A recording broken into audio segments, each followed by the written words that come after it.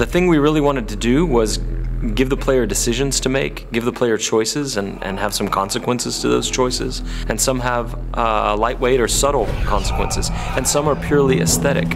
Choice matter because in the media video game, you can make choices where the movies doesn't allow you to make choices. So having the consequences to what you do and seeing how the simulation deals with your choices, it feels like the player has full ownership of his experience.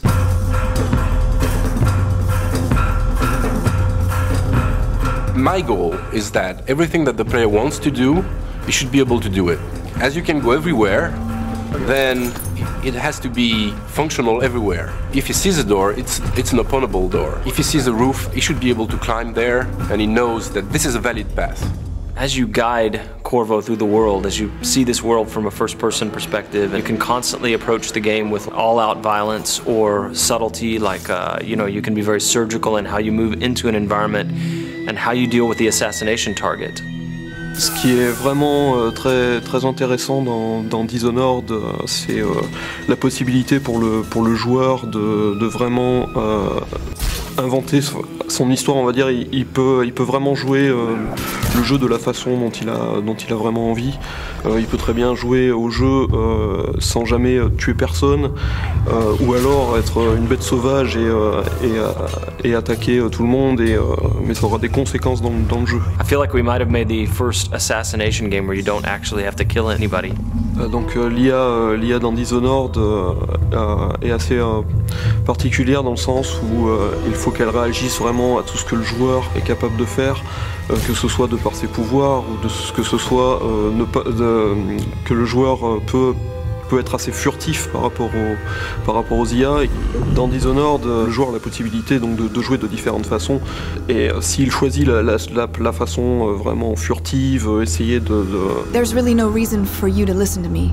If you ever need steady work, you come see me. Il peut écouter ce que l'IA va dire. Il peut écouter les conversations, il peut obtenir il peut avoir quelques indices en fait sur ce qui se passe, sur comment arriver à résoudre sa mission. Oui, donc le joueur va pouvoir utiliser des combinaisons de pouvoirs assez variées. Par exemple, donc il va pouvoir arrêter le temps, commencer à utiliser l'arbalète pour tirer sur les différents ennemis. Les flèches vont prendre le cours normal du temps, tous les ennemis dans la pièce vont mourir. Il peut utiliser ça de façon... il peut utiliser des combinaisons complètement incroyables, et je pense que on va être assez étonné de ce que les joueurs vont être capables de faire. So when people play Dishonored, and once in a while they figure out something that just feels utterly creative to them and that they wouldn't have expected to be able to do in the game, that is a magic moment for us. That's what we live for. I watched a guy the other day do something I'd never seen in Dishonored before. He was running away after killing off a couple of high-profile assassination targets, 2 members of parliament, and he was up high on a balcony. And the jump would have killed him because it was maybe 4 stories up, but he had the possession power. And in our game, when you possess somebody, it's not like you leave your body behind and possess them with your mind. It's a corporeal thing, so you move physically into them, and then you pilot them around.